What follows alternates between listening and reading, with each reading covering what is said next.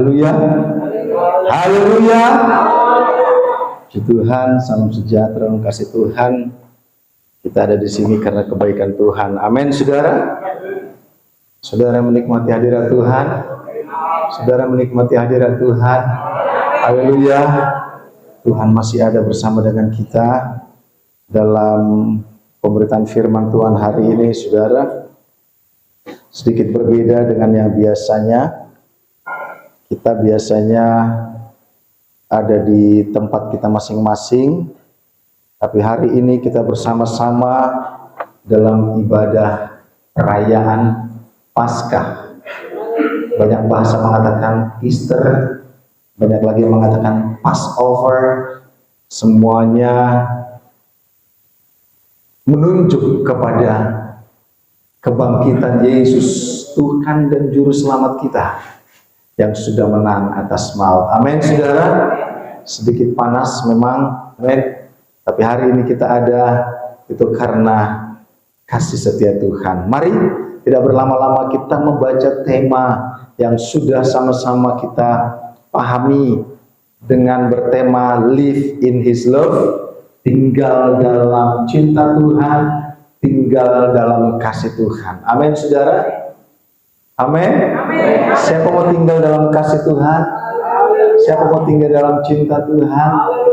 Saudara, yang terbaik ketika kita ada tinggal dalam kasih Tuhan. Amin. Kadang kita bermanuver, saudara. Kadang kita belok kanan, belok kiri. Kadang kita coba-coba keluar dari cinta Tuhan. Tapi yang terindah, yang terbaik adalah tinggal dalam kasih Tuhan. Amin. Injil Yohanes 15 ayat 9 yang menjadi tema kita sekali lagi selama Jumat Agung dan Paskah. Saudara perhatikan di sana dikatakan apa? Seperti Bapa telah mengasihi aku, demikianlah juga aku telah mengasihi kamu. Tinggallah di dalam kasihku itu. Amin, saudara. Saya kalau mau ke depan khotbah, saudara, saya minta Ibu Gembala ngecek dulu, saudara ya. Udah pas simetris apa enggak. Jadi seperti kalau petinju, saudara, kalau mau petinju diberesin dulu, saudara, benar apa enggak gitu, saudara ya.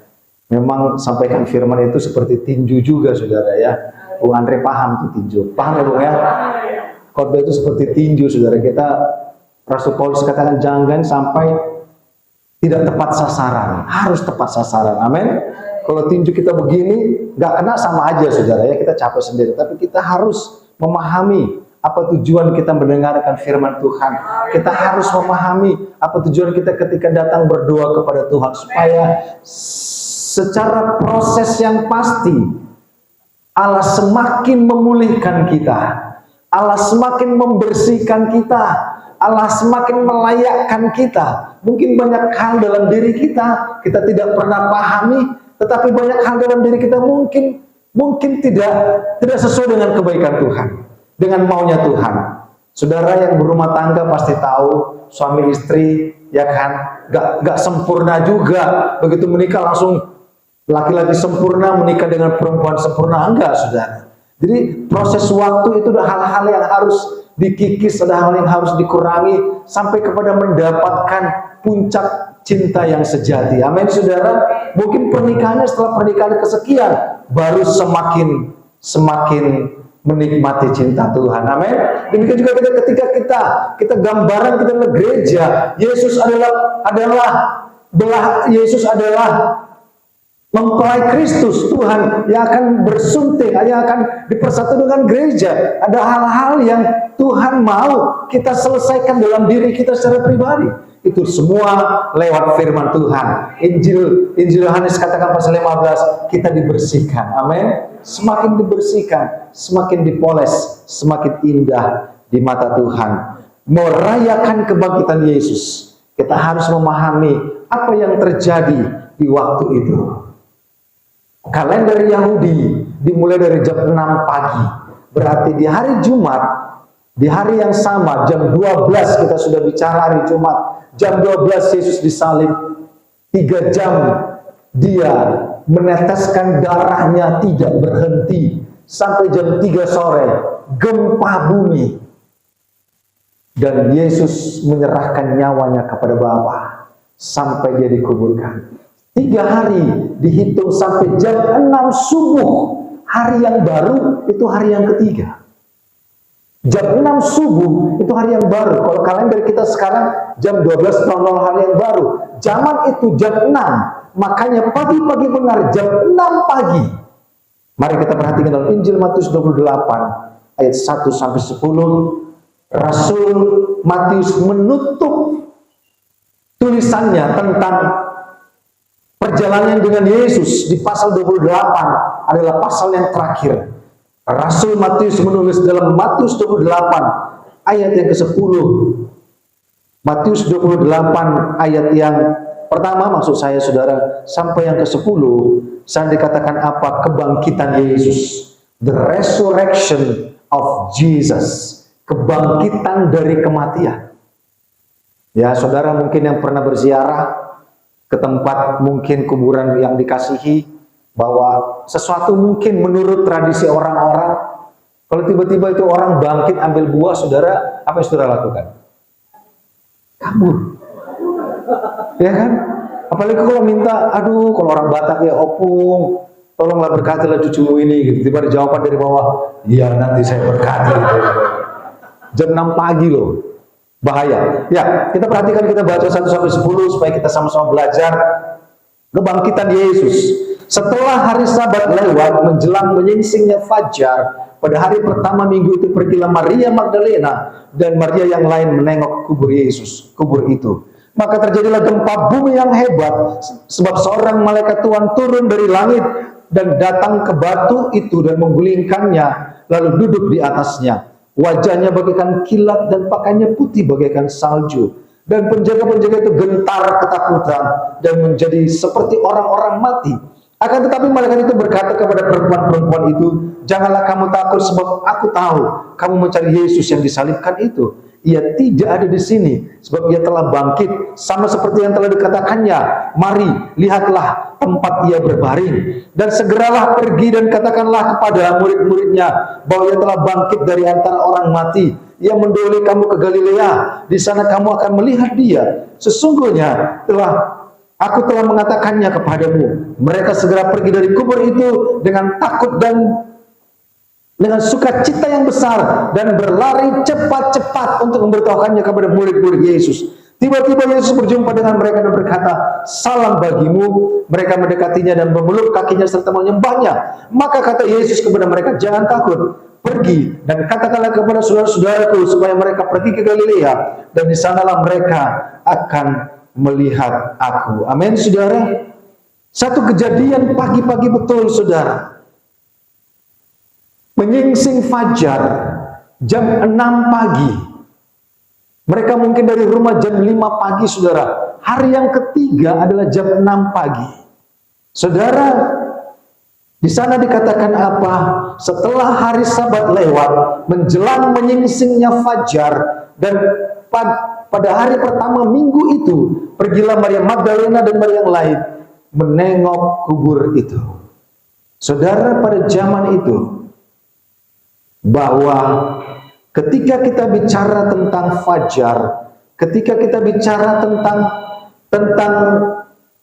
Sabat, saudara, ketika kita bicara tentang hari yang baru, saudara, ini disampaikan itu bukan bicara hanya penunjuk waktu, tetapi saudara, fajar itu, saudara, kebangkitan Yesus di fajar itu bukan bicara tentang hari yang baru, bukan hanya bicara tentang Sabat, tetapi saat itulah ditutupnya tanggung jawab yang berat terhadap Taurat dan dibukanya kasih karunia. Amin, saudara. Di hari yang baru itu, di hari yang baru, di Sabat itu, saudara, kebangkitan Yesus di subuh itu, saudara, itu bukan hanya bicara tentang hari yang baru, tetapi itu momentum yang besar bahwa ditutupnya Taurat Musa dan dibukanya kasih karunia Allah.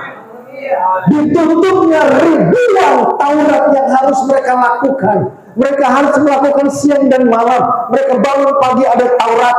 Mereka buka pintu ada Taurat. Ke kamar mandi ada Taurat. Mereka mempersembahkan korban ada Taurat. Semuanya serba Taurat. Saudara, firman Tuhan benar-benar dikatakan, hukum yang tertulis mematikan, tapi hukum yang tidak tertulis menghidupkan. Amin, saudara. Apa itu hukum tertulis?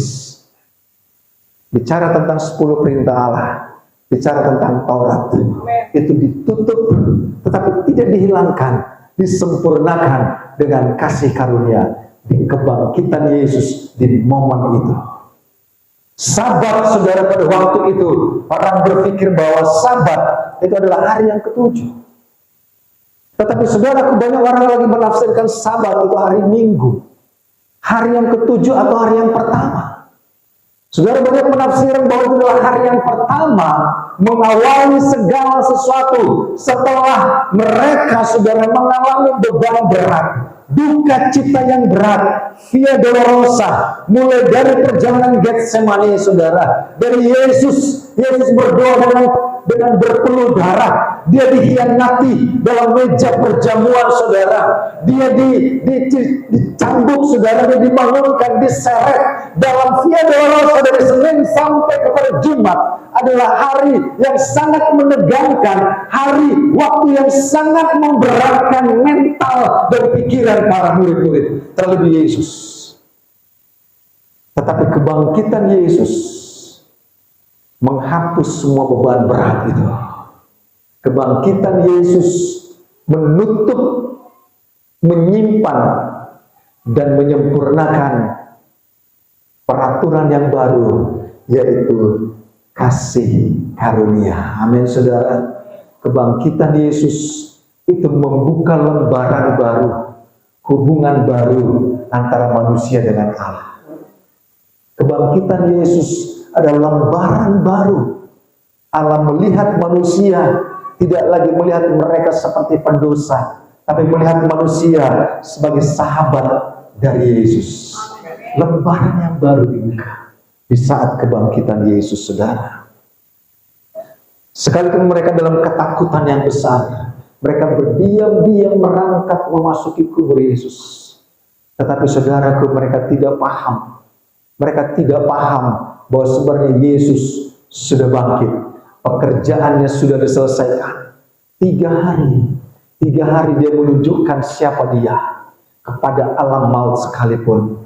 Kepada alam maut, dia merampas semua orang-orang. Firman Alkitab berkata, saudara, dia yang sulung yang pertama bangkit. Dia yang sulung yang pertama bangkit dari kematian, dari Kejadian sampai Maleaki. Berapa banyak nabi-nabi dibunuh, berapa banyak nabi-nabi, saudara, dianiaya, berapa banyak mereka mati menyampaikan firman Allah, tetapi mereka belum bangkit. Kebangkitan Yesus mengawali kebangkitan semua orang percaya. Amin, saudara.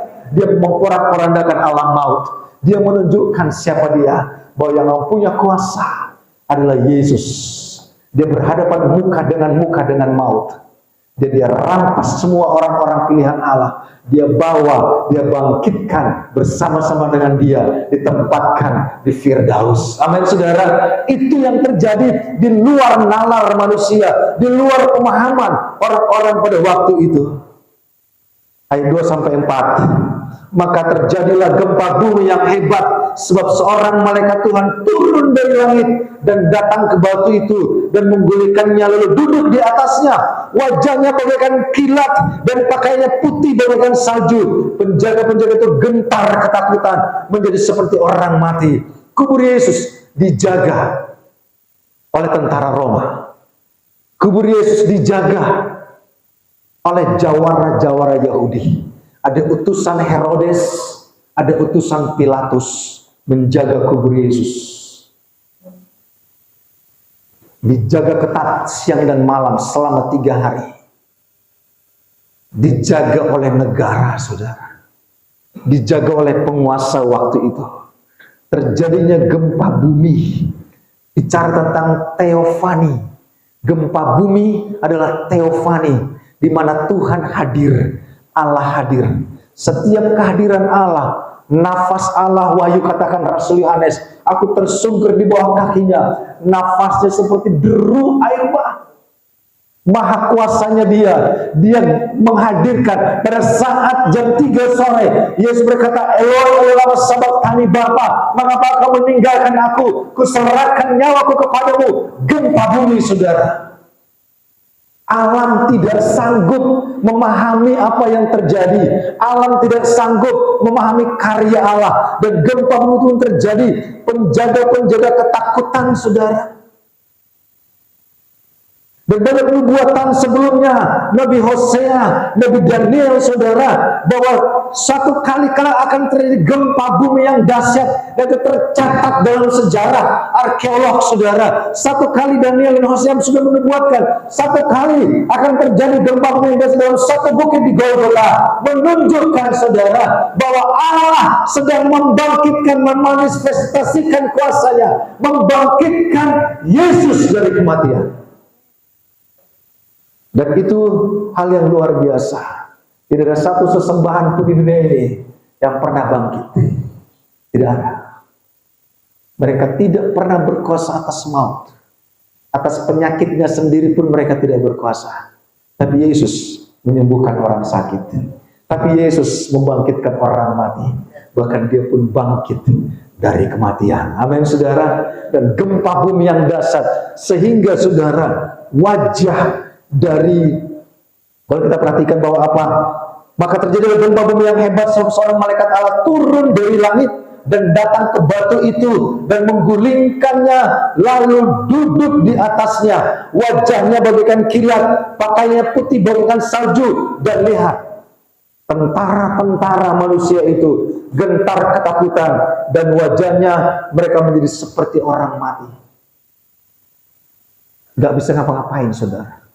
Saudara, tentara yang begitu kuat, yang terlatih, gak bisa ngapa-ngapain karena malaikat Tuhan turun. Amin, saudara. Karena Allah sedang bekerja. Allah menunjukkan kedahsyatannya. Segel itu adalah segel kaisar, disegel oleh kaisar, tapi malaikat datang dengan gampangnya, dia buka itu batu. Amin, saudara. Sekalipun tentara banyak di situ berpasukan, Allah membuka itu batu. Yoel 2:10 dikatakan apa? Kehadiran Tuhan menggoncangkan bumi. Amin, saudara. Kehadiran Tuhan menggetarkan langit dan bumi. Ada otoritas yang kita tidak bisa pahami. Dia yang mempunyai langit dan bumi, dia yang mempunyai alam semesta. Dia, ketika dia hadir, dia datang dengan otoritas dan kuasanya yang kita tidak pernah pahami, saudara. Dan saudara, kita pernah membaca ayat di hari Jumat. Mengapa kau bandingkan aku dengan yang lain? Jauh. Ilah-ilah Mesir, saudara, dari saat bangsa Israel diperbudak di Mesir 400 tahun. 10 ilah terbaik Mesir, 10-0. Amin, saudara. Dihajar oleh Allah kita. 5. Akan tetapi malaikat itu berkata kepada perempuan-perempuan itu, janganlah kamu takut, sebab aku tahu kamu mencari Yesus yang disalibkan itu. Ia tidak ada di sini sebab ia telah bangkit. Sama seperti yang telah dikatakannya, mari, lihatlah tempat ia berbaring, dan segeralah pergi dan katakanlah kepada murid-muridnya bahwa ia telah bangkit dari antara orang mati, yang mendahului kamu ke Galilea. Di sana kamu akan melihat dia. Sesungguhnya aku telah menyampaikannya kepadamu. Dia bangkit. Egerte, bicara tentang Allah yang membangkitkan dia. Bicara tentang Allah yang membangkitkan dia. Dalam bagian lain dikatakan, mengapa hai perempuan-perempuan, mengapa engkau mencari yang hidup di antara orang mati? Banyak orang, saudara, mencari hadirat Tuhan di kumpulan orang mati. Banyak orang mencari jawaban ke tempat orang mati. Banyak orang mencari nasihat kepada orang yang mati rohani. Dan itu menjadi kesalahan besar bagi orang-orang Kristen ketika mereka mencari Tuhan di tengah-tengah orang mati. Mereka mencari nasihat kepada orang yang mati rohani. Orang yang tidak pernah ke gereja. Orang yang tidak pernah kenal Tuhan. Banyak orang mencari keberuntungan di tengah-tengah kematian. Saudara tidak akan pernah mendapatkan jawaban untuk hidup saudara di tengah-tengah kematian, di tengah-tengah orang mati, saudara, di mana di sana tidak ada hadirat Tuhan. Banyak orang beribadah ke tempat ibadah yang tidak ada rohnya, tidak ada kehidupan di sana. Makanya mereka datang dosa pulang dosa. Mereka tidak paham apa itu kebenaran, mereka tidak paham apa itu kekudusan, mereka tidak paham apa itu pertobatan, saudara. Mereka hanya hidup dalam dosa, masuk ke gereja, pulang juga berdosa. Mereka tidak dibersihkan seperti pokok anggur itu, dibersihkan, dan dibersihkan. Kita tidak dibersihkan dalam satu kali ibadah, saudara. Engkau harus datang terus untuk dibersihkan dirimu. Kau datang terus karena banyak hal dalam hidup kita sebagai manusia, DNA kita adalah dosa dan kejahatan. Firman Tuhan katakan, tidak untuk satu kali kita datang langsung selesai. Kita perlu terus datang kepada Tuhan untuk mendapatkan pembersihan dari Tuhan. Jangan saudara datang berdosa ke gereja, pulang tetap berdosa. Dan seketika saudara melakukan itu terus, firman Tuhan katakan dia hidup di dalam dosa. Orang yang hidup dalam dosa tidak akan pernah mendapatkan pengampunan. Kita bicara hari Jumat Ibrani, orang yang sudah pernah dipulihkan, mengecap kebaikan Tuhan, dan berdosa lagi, menyalibkan Yesus. Tapi kalau kita bertobat sampai kepada kita menjadi gereja yang sempurna. Amin, saudara. 8 ayat sampai 10. Maaf saya agak keringetan, saudara. Dikatakan apa? Mereka segera pergi. Tadi kita bicara Yesus dibangkitkan egerte, bahwa dia dibangkitkan oleh Roh Kudus.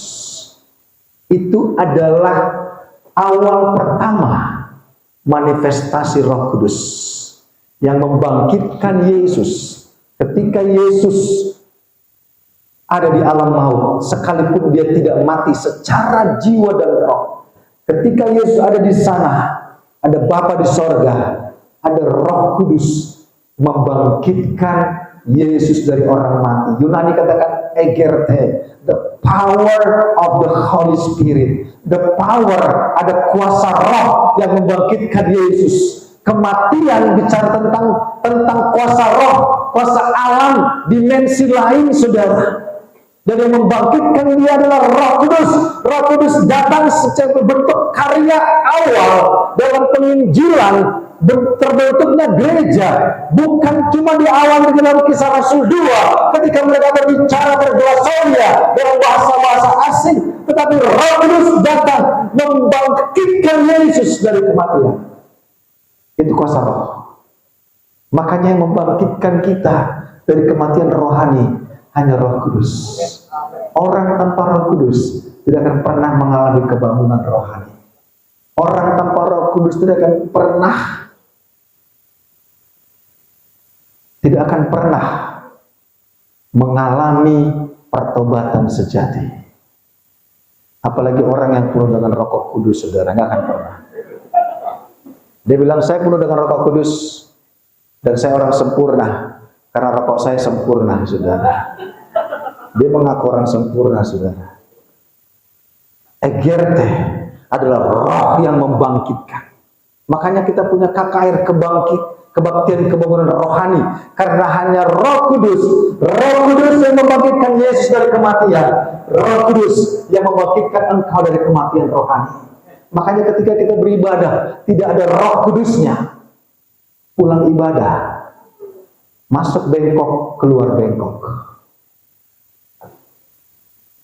Roh Kudus yang bisa merubah rohani kita.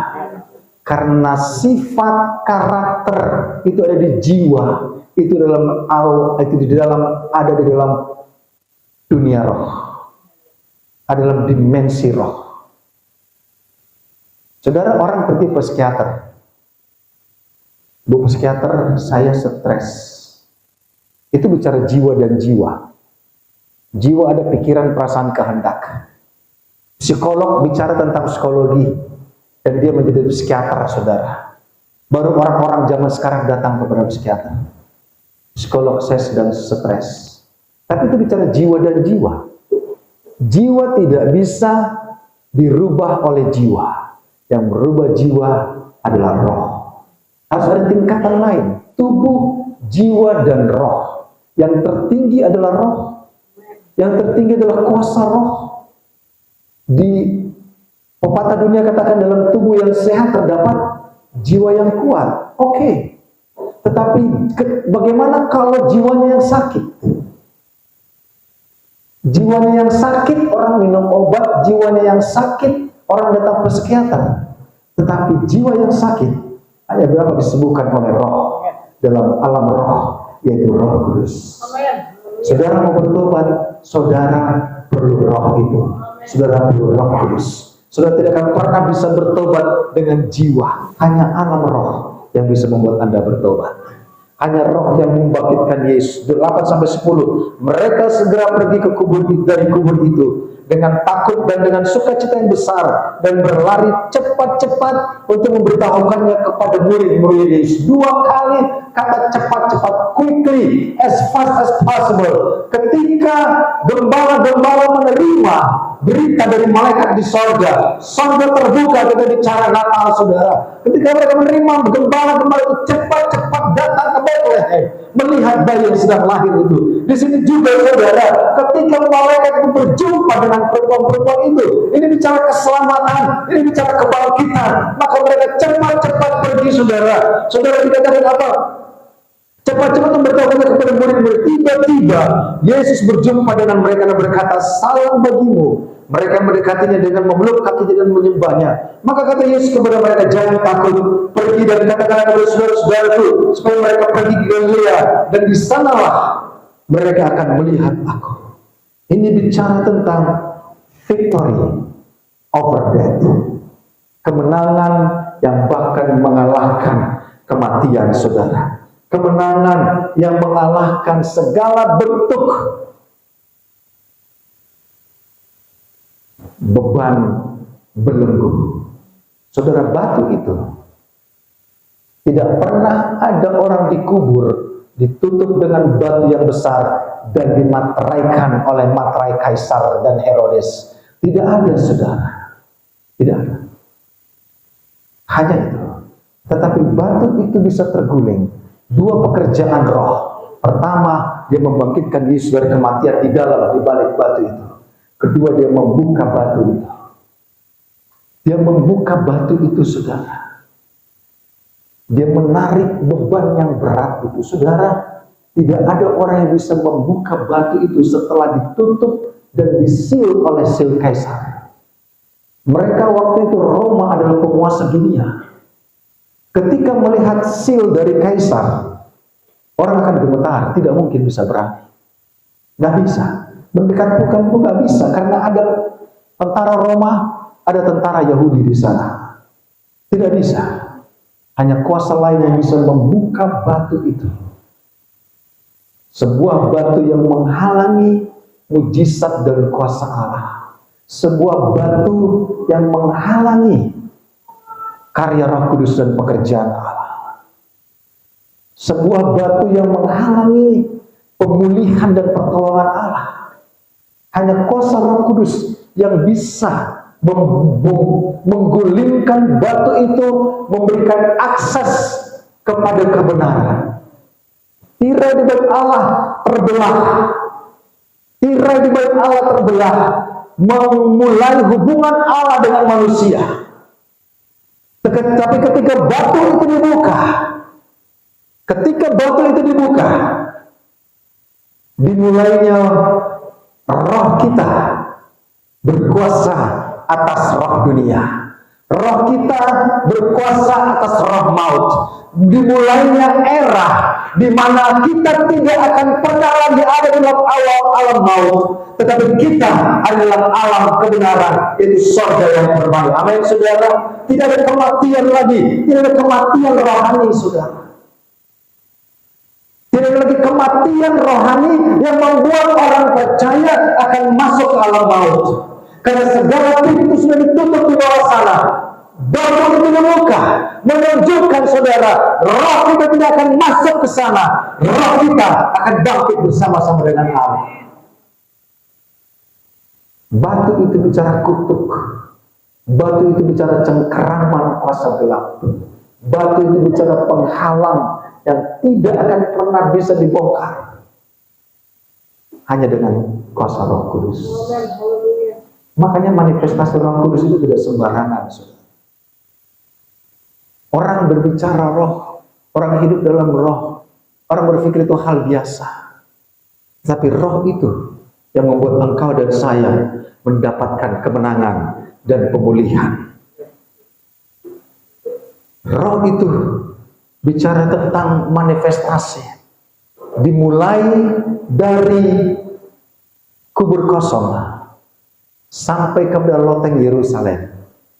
Dimulai era Roh Kudus, dimulai otoritas roh, dimulai karya roh, dimulainya manifestasi Roh Kudus.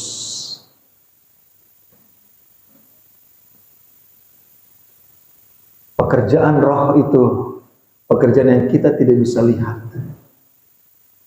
Saudara, kita belajar waktu itu di Keracak. Ada roh yang menguasai daerah tertentu. Tetapi ketika engkau dan saya memiliki Roh Kudus, roh itu akan melihat, ini roh yang sama yang membangkitkan Yesus dari kematian. Ini roh yang sama yang sudah mengalahkan maut. Dan roh itu tahu bahwa roh di dalam kita jauh lebih besar dari segala roh yang ada di dunia ini. Amin, saudara. Banyak orang mengalami kebuntuan hidup. Banyak orang mengalami kehidupan yang tidak pernah maju. Karena ada batu besar menghalangi pandangan mereka. Ada batu besar menghalangi jalan mereka kepada Tuhan. Ada batu besar yang menghalangi berkat Allah datang kepada mereka. Ada batu itu yang selalu ada dalam kehidupan mereka. Bahkan batu itu bicara beban berat. Mereka terbungkuk karena mereka sedang menggendong batu. Mereka terbungkuk, mereka sedang menggendong beban. Saudara, firman Tuhan di bagian lain dikatakan, ketika anak manusia itu memerdekakan engkau benar-benar merdeka. Kita merdeka dari ikatan kuasa gelap. Kita merdeka dari apa yang ilah-ilah zaman ini bisa kerjakan. Sehingga saudara, apa dikatakan apa? Kebangkitan Yesus adalah titik awal. Bukan hanya hubungan kita dengan Allah sudah diperbaiki, tapi titik awal Allah tidak melihat kita sebagai korban yang harus dihakimi lewat hukum Taurat. Saudara, saya katakan tadi, hukum tertulis mematikan. Hukum tertulis mematikan. Hukum roh itu menghidupkan. Hukum tertulis. Saudara, kalau kita tulis di gereja mungkin ya, peraturan pertama, pintu dibuka dengan senyum lebar contohnya. Peraturan kedua, tidak boleh begini, tidak boleh. Itu bisa ratusan, saudara. Dan ketika satu dilanggar, itu merusak hubungan. Itu merusak damai. Saudara yang berumah tangga, saudara taruh di rumah peraturan di rumah ini. Harus ketuk pintu 3 kali. Peraturan di rumah ini harus gosok ini, harus gosok ini. 100 biji Anda bisa bikin peraturan di rumah. Itu peraturan tertulis. Bagaimana kalau peraturan itu dilanggar? Itu merusak hubungan si pembuat peraturan dengan si pelaku peraturan. Tetapi hukum roh adalah hukum yang tidak tertulis. Hukum roh bicara hukum kasih. Kalau kita mengasihi Tuhan, kita tidak akan melakukan hal yang Tuhan tidak suka. Karena sudah dimulai Allah sudah mengasihi kita. Maka Tuhan katakan, tinggallah dalam kasihku. Kita saling mengasihi dengan Tuhan. Allah mengasihi kita, kita pun mengasihi Tuhan. Kita menghormati Tuhan. Kita tidak mau menyembunyikan sesuatu yang Tuhan tidak suka. Kita tidak mau melakukan sesuatu yang Tuhan tidak suka. Kita tahu apa yang kita lakukan tidak layak. Tapi kita masih menyimpan itu. Kalau kita mengasihi Tuhan, kita tidak akan menyimpan itu. Kita hidup dalam hubungan yang baik dengan Allah, hubungan kasih yang erat dengan Tuhan. Amin, saudara. Sehingga Ayub berkata apa? Dalam Ayub 19 ayat 25, tetapi aku tahu penebusku hidup, dan akhirnya ia akan bangkit di atas debu. Dia bangkit di atas debu. Manusia, firman Tuhan kepada Adam, dari debu engkau diambil, engkau akan kembali kepada debu. Manusia tanpa roh, tanpa Yesus akan kembali kepada debu. Manusia tanpa kebenaran akan kembali kepada maut. Manusia tanpa Yesus akan masuk ke dalam alam maut. Kita sudah baca tadi pembacaan ayat. Kalau bukan karena di situ ada tiang darah, alam maut akan merenggut orang-orang itu. Tetapi karena ada tiang, ada darah di tiang itu, menunjukkan bahwa engkau dan saya tidak akan kembali kepada debu. Engkau dan saya akan kembali kepada Bapa dalam roh yang mulia, dalam roh yang permai. Orang tidak tahu mereka mau kemana. Orang tidak tahu akhir hidup mereka mau bagaimana. Orang tidak tahu apa yang mereka lakukan di ujungnya. Orang tidak paham. Tetapi ibadahmu mengandung janji untuk hidup yang sekarang dan hidup yang akan datang. Dikatakan Ayub, katakan apa tadi, bahwa tetapi aku tahu penebusku hidup. Kita tahu Yesus hidup, Yesus bangkit, dan akhirnya dia bangkit di atas debu. Engkau dan saya bangkit di atas debu. Engkau dan saya secara fisik mungkin kepada debu, tetapi saudara, roh dan jiwamu akan kepada Bapa di tempat yang disediakan, karena Yesus sudah bangkit sebagai yang sulung. Engkau dan saya tidak akan ada di dalam awal alam maut. Engkau dan saya akan ada bersama dia di Firdaus yang permai. Amin, saudara. Ini Tuhan yang kita sembah, ini Tuhan yang kita layani. Jangan biarkan batu itu menghalangi kehidupanmu. Orang bicara batu itu menghalangi proses fungsi tubuhnya. Darahnya pun tidak bisa mengalir dengan benar. Batu itu menghalangi, beban itu menghalangi, dosa itu menghalangi. Tetapi kita diberkati Tuhan, batu itu sudah digulingkan. Percaya, jangan sampai ada lagi penghalang antara engkau dan dia, karena sudah robek tirai itu mengawali. Engkau tidak diikat dengan peraturan tertulis, tapi engkau diikat dengan peraturan cinta dan kasih dari Tuhan. Kita bangkit berdiri.